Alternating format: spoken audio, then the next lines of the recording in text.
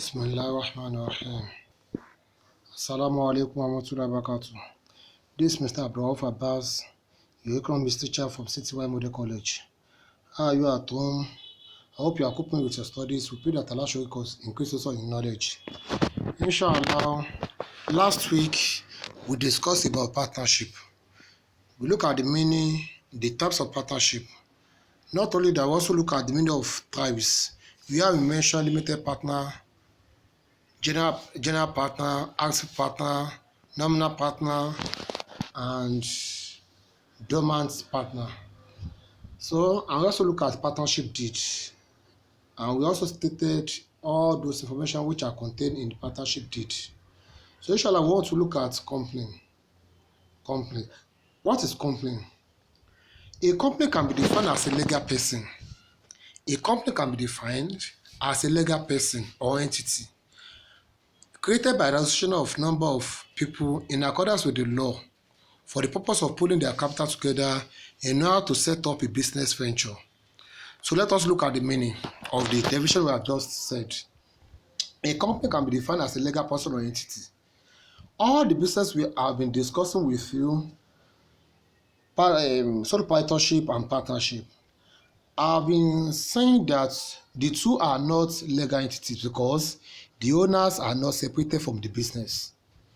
The owners are not separated from the business. But as far as company is concerned, owners are separated from the business. Business apart, owners apart. If you get to a business, a company business, we cannot see the owners there. So meaning that what? Owners are engaging in different things, different from business they have what? Established. So that is how we regard it. We regard it as what? As a legal entity. Now, we say created by the association of number of people. Mean that a group of people will have to come together to own the business. It's not a business that is owned by one person. No, it is a business that is owned by many individuals. With the law for the in accordance with the law.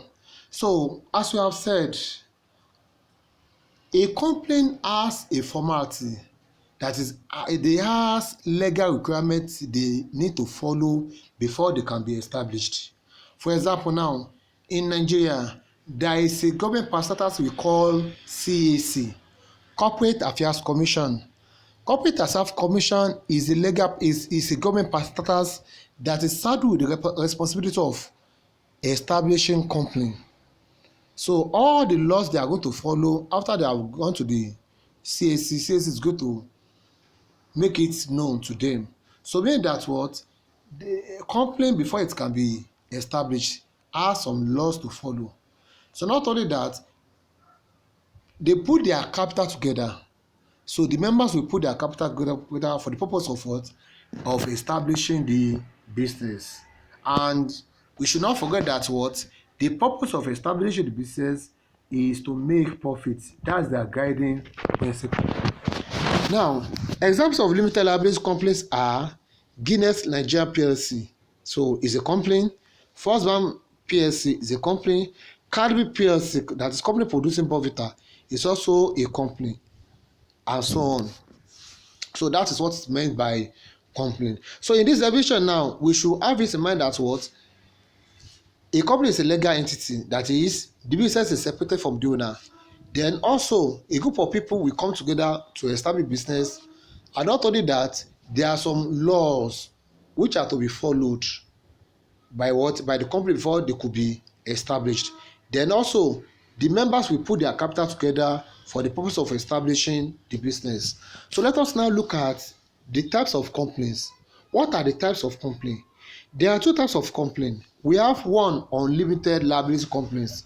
Unlimited liability company. When something is unlimited liability, we have been using this term in the business I've discussed earlier with you. So unlimited liability companies, the liability of the member is unlimited, and he may be liable to the full amount of company's debt in the event of liquidation. So when we look at this, that is in a situation when the liability of the business, when we say liability of the business is unlimited, that is the members will be fully liable to the debt of the business. The members will be fully liable. That is in case when the asset of the business is not enough to settle the debt, the members' personal belongings will be taken in order to settle the debt. The personal car the member is using, the personal house he has, they are going to take it in order to settle the remaining debts which is left when the asset of the business is not enough to settle. So the remaining debt that's now left now, the personal belongings of each of the member will be taken to settle the debt. Now, the word liquidation is used here. What do we mean by liquidation?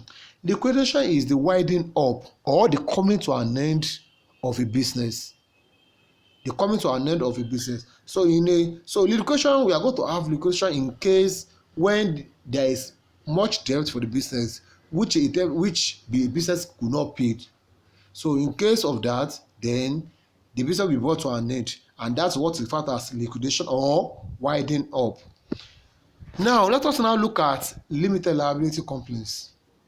When we say limited liability company, as name implies, the liability or body of debt in the company is limited to the amount of share capital the shareholders had agreed to contribute individually in the event of the liquidation. So meaning that when the business is unable to pay its debts and is going to be liquidated, liquidated means, as you have said, winding up or coming to an end of a business, of a company. So the members are only limited to the amount of capital they have agreed to contribute in case of liquidation, or they have contributed as their shares. So the amount they have contributed as their shares, they are going to be limited to that, meaning that their personal belongings cannot be taken to settle the debts. That's what company limited by shares means. So after we have looked at this, let us now look at the types of limited liability companies. Types of limited liability companies. One, private limited liability companies and public limited liability companies. When we say private limited liability companies,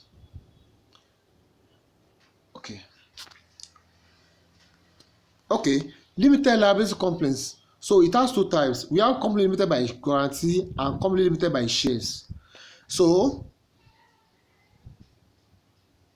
when we say company limited by guarantee, these are not formed with the aim of engaging in trading activities or making profits. So it's a company that is formed not to make profit and not to engage in any trading activities. They are often formed by societies and charitable organizations for members of the public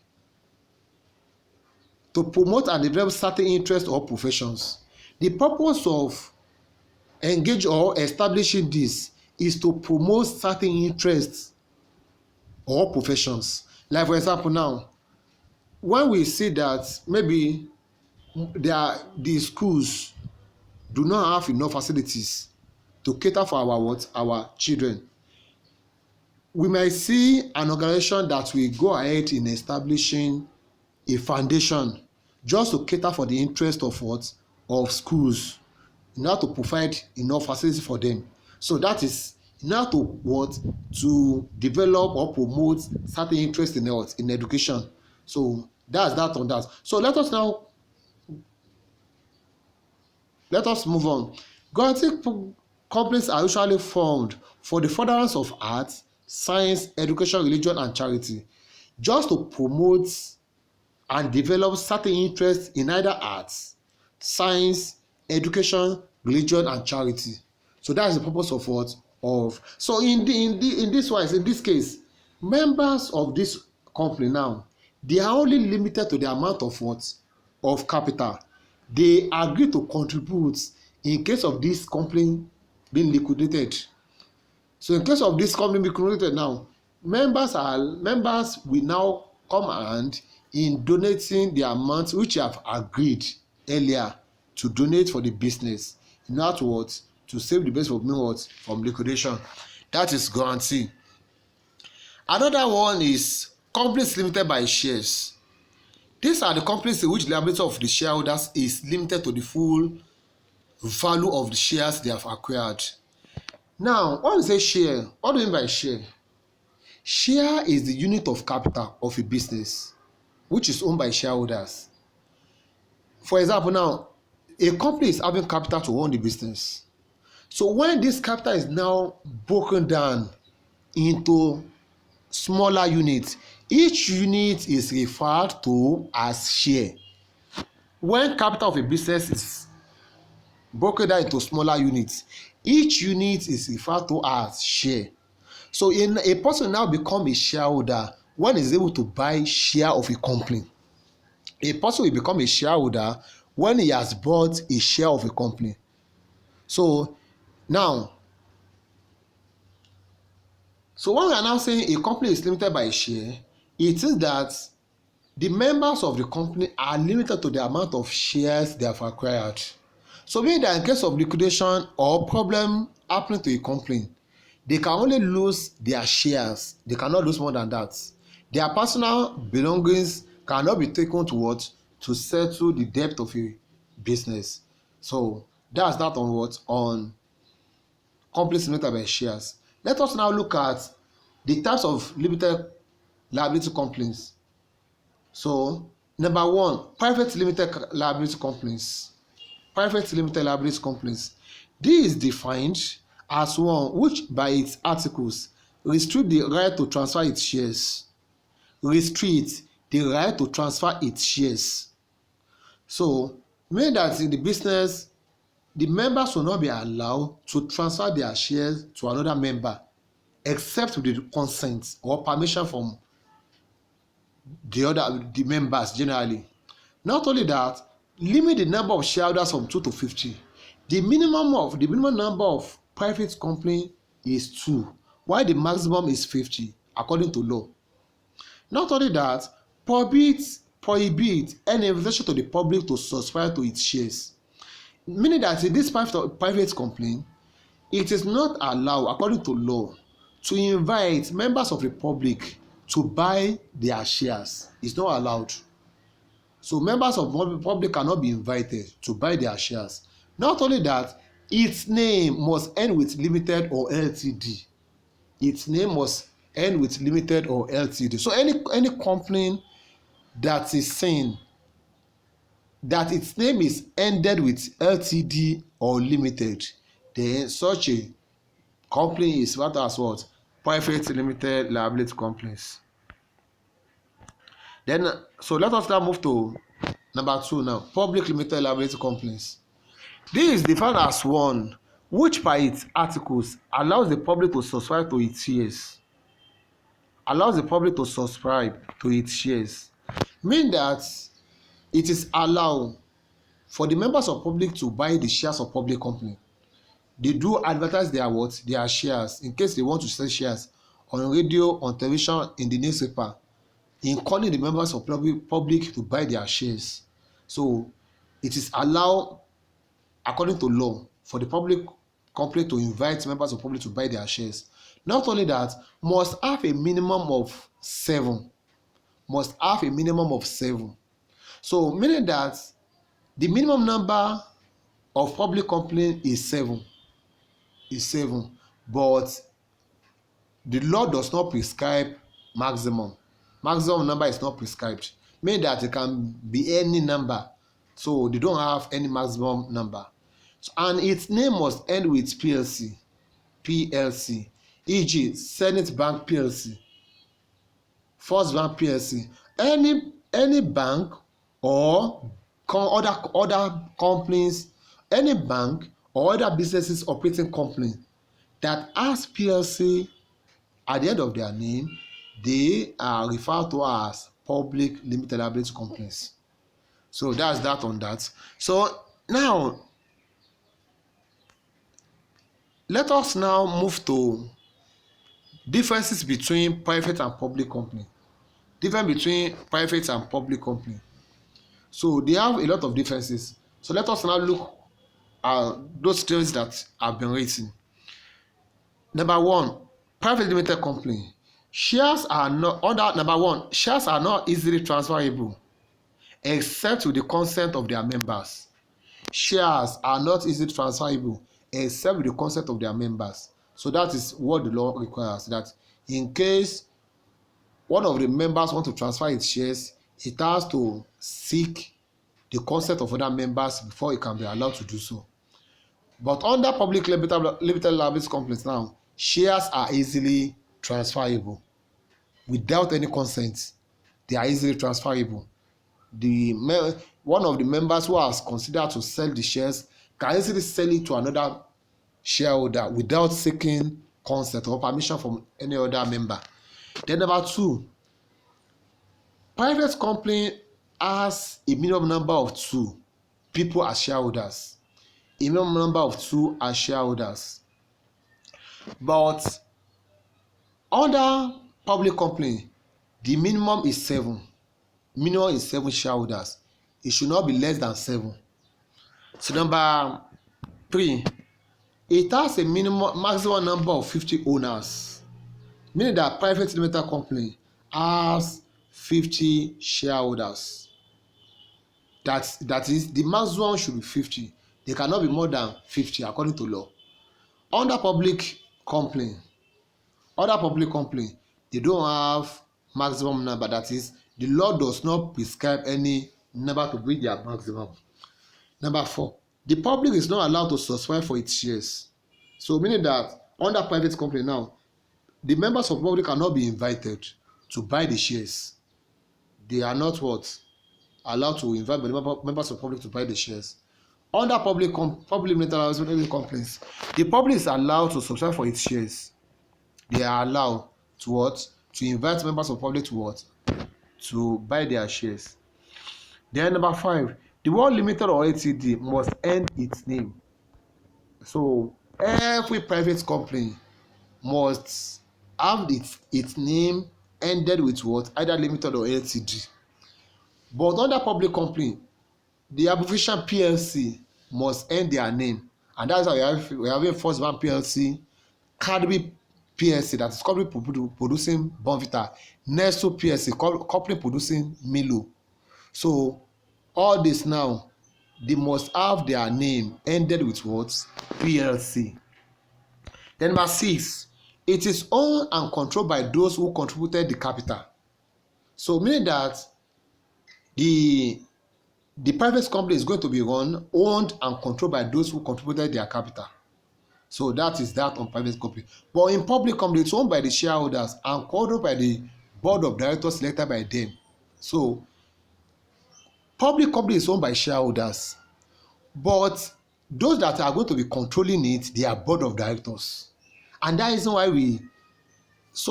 public company clearly states this, that there is a distinction. Members of the shareholders are distinct from those that will be running the business. So meaning that, for example, now if one should move to maybe First Bank PLC and some other companies now, one cannot find the shareholders there. Those that can be met there, they are the managers and the workers that are working there. So that's that on public company. Then number 7, it's a private company enjoys some level of privacy as it does not publicize its annual accounts.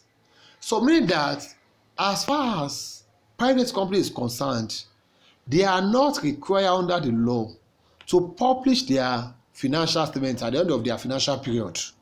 They are not required. So that's why they enjoy level of privacy. But under public company, it is required or it is legally mandated on every public company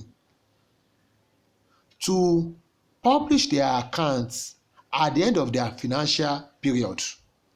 So they must publish their accounts. It is required by them to do that under the law. Number 8, which is the last one, private companies do not need certificate of trading to commence business. There is a document called certificate of trading. So in case of starting business now, the private company does not need that in commencing their business, but public company needs to collect certificate of trading before they could start their business. So inshallah, this certificate we are still going to talk on it. So these are the differences between private limited liability company and public limited company. So as we have these are the differences. So inshallah in our next lesson we shall continue from where we have stopped today. So as we have said, a company is a legal entity, that is members of the company are different from the what, from the business. So members of the company is, the business is distinct from the owner. Owners are part, business are part. Then it's created by law. We have said that there is a law that a company must follow before it could be allowed to what, to exist, to be in operation. And there is a name we give to it, that we call it kama. Kama. In case of civilian government we call it kama. In case of military we call it kamdi. What's the meaning of kama? Kama is Companies Allied Matters Act. So that is law, relevant law in the constitution that what governs company. But it is kamdi, that is Company Allied Matters Decree. That is decree is being used under military government. So that's the relevant section of the what constitution that regulates, or that regulates company. So we will also look at the types of company where we mention unlimited companies and limited companies. And we said that types of limited companies is further divided into companies limited by guarantee and companies limited by shares. And we have said that companies limited by guarantee, they are not formed to engage in trading activities or making profit, but they are established just to promote and develop certain interests or professions. So also we also have company limited by shares. And we say share is the unit of capital of a company. So when a person now buys it, it becomes a shareholder. And when the person becomes a shareholder, he becomes one of the owners of the companies. So, and company limited by shares is divided into two: private company and public company, in which we have been able to what, state the differences between private company and public company. So inshallah in our next lesson we shall continue from where we have stopped today. We pray that Allah should give us the understanding of this and should make us a better Muslim.